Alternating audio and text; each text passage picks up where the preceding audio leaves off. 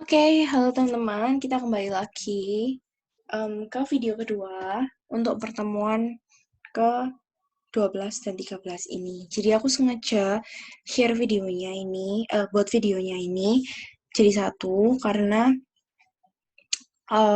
emang materinya week 12 dan 13 ini nyambung. Oke, nah jadi kita langsung masuk ke yang kedua. Ini, uji asosiasi atau independensi. Jadi ini adalah tes atau jenis pengujian kedua pada data kualitatif ADK atau analisa data kategori. Nah, jadi pertanyaannya itu pasti sekitaran ini. Ujilah apakah ada asosiasi atau ketergantungan pada pola opini dengan afiliasi politik. Nah, itu berarti dia itu pasti uji asosiasi atau independensi. Kayak gitu ya, guys.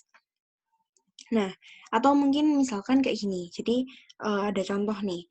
Kemarin waktu Pilpres, kita milih partai apa? Misalkan kita tanya survei ke orang kayak gitu. Nah, misalkan cuma ada 2 partai, terus kita tanya lagi, apa tanggapanmu tentang kebijakan pemerintah sekarang? Terus, tanggapannya ada setuju, netral, tidak setuju. Nah, misalkan kayak gini. Ini ada dua partai, terus ada 3 opini. Nah, ini adalah struktur data cross tabulate.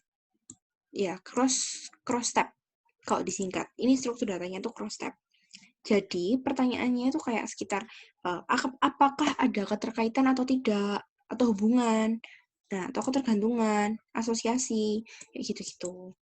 Itu pertanyaannya. Oke? Nah, aku akan share rangkuman aku juga. Nah, ini ya guys, uji independensi di bagian sini. Jadi, ada cara-caranya ini, steps-nya, untuk uji independensi atau asosiasi ini. Yang pertama, masukkan hasil observasi atau O. Hitung nilai ekspektasi atau E. Cari standar deviasi dengan rumus. Kemudian jumlahkan nilai deviasinya berapa X kuadrat hit. Tolak Hanel jika X kuadrat hit lebih besar dari X kuadrat alpha atau tabel. Kemudian kesimpulannya itu DF R-1 dikali C-1. R itu baris, C itu kolom. Di mana baris dan kolom ini adalah dua hal yang diuji. Nah, contohnya, kita ke soal yang tadi aja. Aku akan cuma bahas soal ini aja pada video kali ini. Nah, barisnya berapa ini? Barisnya kan 2, berarti 2 min 1 dikali 3 min 1 kolom. Oke, sudah sampai di situ aja untuk penjelasan contoh soalnya. Sekarang kita akan langsung masuk ke jawaban. Gimana cara menjawabnya ya?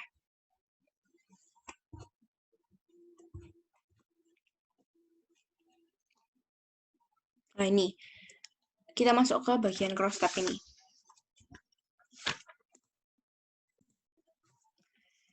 Oke, jadi uji cross tab ini digunakan bisa untuk uji ini asosiasi atau independensi dan juga untuk uji homogenitas. Nah, kita lanjut. Nah, ini ya. Ini peraturannya untuk uji asosiasi dan independensinya. Ini adalah bacemannya gitu. Nah, ini.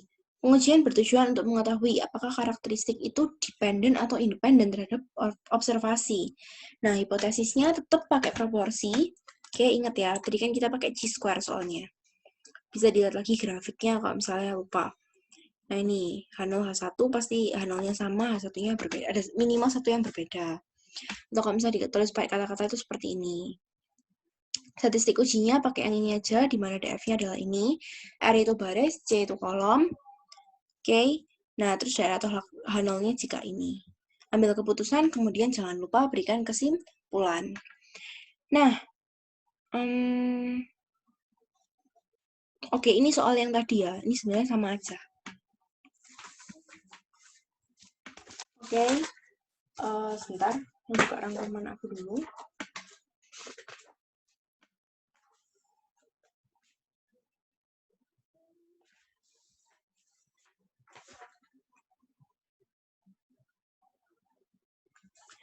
Aku, sebentar ya. Oke, ini ada dua soal yang berbeda sih sebenarnya. Tapi kita bahas yang ini dulu aja nggak apa-apa. Oke, jadi jangan lupa definisikan H0 H1-nya. Oke lah, kalau gitu nanti aku akan bikin pembahasan 2 soal ya guys.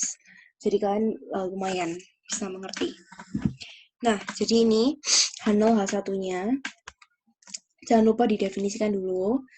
Nah, kalau nanti asosiasinya itu semakin mendekati 1, maka semakin kuat nilai asosiasinya. Kalau semakin mendekati 0, berarti dia semakin lemah hubungannya, kayak gitu. Nah, ini datanya seperti tadi. Oke, kita bisa lihat lagi datanya. Ya, ini ya datanya. Oke, sama datanya. Berarti ini soalnya sama. Aku cuma nyocokin aja. Nah, ini 138 dan lain-lain sama. Nah, sekarang gimana sih caranya dapat nih nilai 115,14? Nah, caranya tuh gini, guys. Ini kan ada yang baris kolom tadi, ada yang afiliasi politiknya dan juga opininya. Nah, caranya gini berarti. Nah, ini itu kita dapatkan dari 285 dikali dengan 202 dibagi dengan totalnya ada 500. Nah, kayak gitu terus. Berarti kalau misalnya yang ini gimana? Yang ini berarti kan 215 dikali 148 dibagi 500. Kayak gitu. Nah, ini akan menjadi, kita akan dapatkan nilai asosiasinya. Nilai ekspektasinya. Nah, ekspektasinya tuh cara penulisannya harus dikurung, khusus untuk uji cross step ini. Oke, terus untuk observation frekuensinya itu kan, ini kan udah kita kasih tahu nih, 138, 64, dan semuanya. Nah, lalu totalnya juga sudah kita dapatkan. Nah, sekarang kita hitung X coordinate hitnya. Gimana caranya hitung? Nah, contohnya kayak gini. 138 kita kurangkan dengan O min E kan. Jadi, observed-nya 138 dikurangi 115,14 itu E-nya, kemudian kita kuadratkan, dibagi dengan expected-nya, yaitu 115,14. Jumlahkan terus semuanya, standar deviasi ini. Kemudian nanti kita akan dapatkan nilai 22,153. Kemudian kita cari DF-nya, R-1, 2-1 berarti karena barisnya 2. Kolomnya 3, min 1 sama dengan 2 juga, berarti 2 dikali 1 sama dengan 2. Nah, kemudian kita cari X kuadrat tabelnya dengan nilai DF-nya 2 ini. Didapatkan sekian, alfanya 5%. Terus ternyata keputusannya ini, jadi keputusannya tolak H0. Tolak H0 berarti kesimpulannya artinya pola, pola itu bergantung pada afiliasi politik karena tolak H0. Jadi tolak H0 berarti H1 yang diterima. Kayak gitu. Jadi ada ini. Independen. Oke? Oke.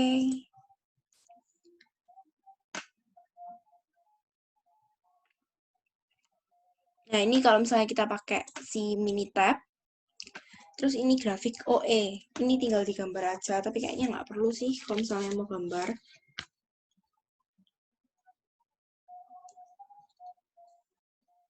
Ya, gitu aja. Nah, dari uji asosiasi ini, kita bisa menghitung koefisien kontingensi Kramer. Namanya Kramer, kayak gitu. Nah, ini jadi kalian kenali dulu ini rumus-rumusnya. Ini koefisien Pearson Q2, kalau misalnya Kramer Q1, tapi yang kita pakai cuman Kramer aja. Yang Pearson ini harusnya nggak dipakai. Oke. Seharusnya untuk semester ini karena kelas mengulang harusnya nggak sesusah untuk kelas reguler yang biasanya. Tapi apa kita belajarin aja untuk si koefisien Kramer. Nah, sebentar. Kayaknya perlu orang.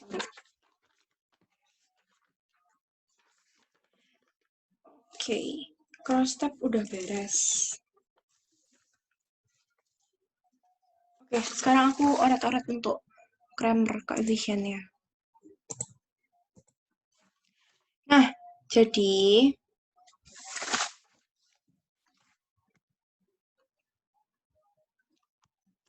oke, Cramer.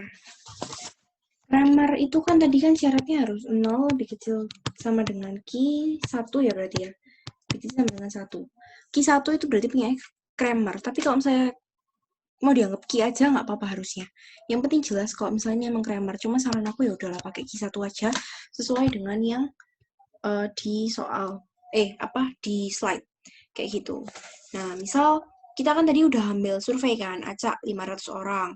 Ambil sampelnya bebas. Ternyata Demokratnya 285, Republiknya 215, ya kan? Nah, terus kita kan mau cari nih nilai koefisien Cramer-nya Q sama dengan X kuadrat per N apa tadi rumusnya? Sebentar. N bentar, nggak kelihatan guys. Oh, sorry, Q-1 ternyata. Nah, ternyata N itu adalah ukuran sampelnya, terus Q itu adalah minimal dari R, C, dari jumlah baris atau kolom itu tadi. Nah, kalau misalnya tadi itu min R-nya 2, barisnya 2, terus kolomnya itu 3, ternyata yang minimal itu kan 2, ya udah berarti Q-nya 2. Nah, berarti di sini nanti kita masukkan X kuadratnya. X kuadrat itu kan jumlahnya tadi, sigma X kuadrat tadi 22,153. Jadi jumlahnya Q square tadi ya guys. Terus N-nya 500 kan, dikali dengan 2 min 1. Q min 1. Nah, ini berarti hasilnya itu ternyata 0,04. Gitu. Nah, ternyata nilainya ini 0,04. Berarti 0,04 ini kan lebih berhubungan ke lebih mendekati ke 0. Maka dari itu dapat dikatakan bahwa hubungan atau asosiasi dari soal ini itu lemah. Jadi semakin lemah karena semakin mendekati 0 kayak gitu. Nah, data kuantitatif itu sebenarnya memang lebih mudah untuk diukur dibandingkan dengan data kualitatif. Karena data kualitatif itu kan kurang real. Hanya karena berdasarkan survei perorangan kayak gitu. Sehingga lebih baik menggunakan uji hipotesis daripada koefisien kayak gitu. Karena lebih baik uji hipotesis itu tadi, makanya nanti habis ini kita akan masuk ke uji homogenitas.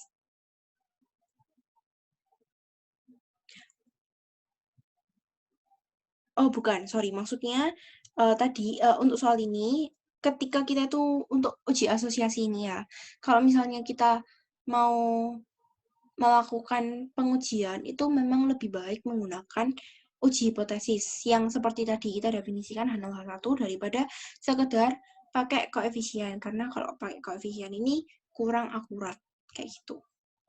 Oke, aku screenshot dulu sebentar.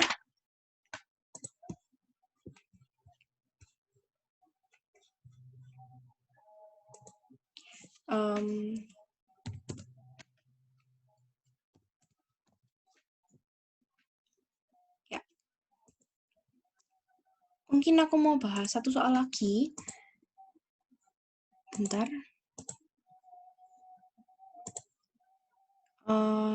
Aku bahas satu soal lagi ya.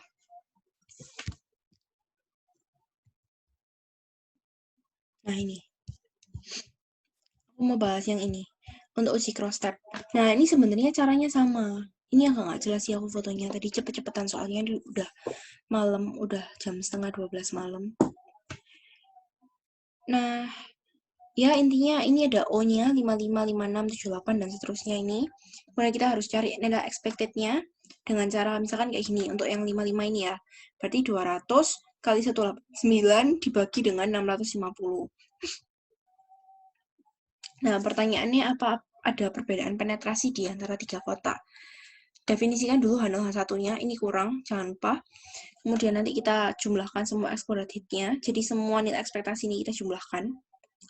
O min E kuadrat bagi E maksudku. Kemudian kita bandingkan dengan X kuadrat alfanya. Nah, kemudian tolakkan 0 jika X kuadrat hit lebih besar dari X kuadrat alfa. Oke, udah kayak gitu aja. Nah, terus kalau misalnya